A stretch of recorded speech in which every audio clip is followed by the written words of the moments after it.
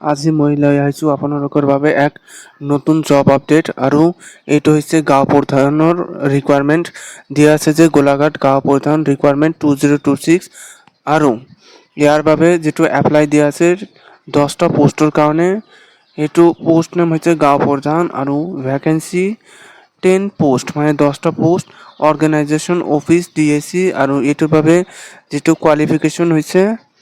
আপোনালোকে minimum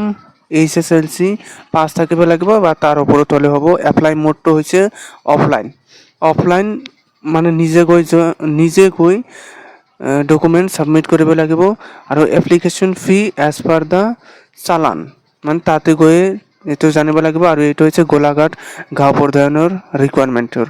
job update আৰু ইয়াৰ কাৰণে যিটো এপ্লাই এইটো হৈছে 16 জুনৰ পৰা ষ্টাৰ্ট আৰু লাষ্ট ডেট 30 জুন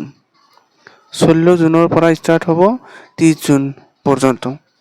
তো এইটো হৈছে গোলাঘাট গাঁও প্ৰধানৰ ৰিকুৱাৰমেণ্ট জব আপডেট।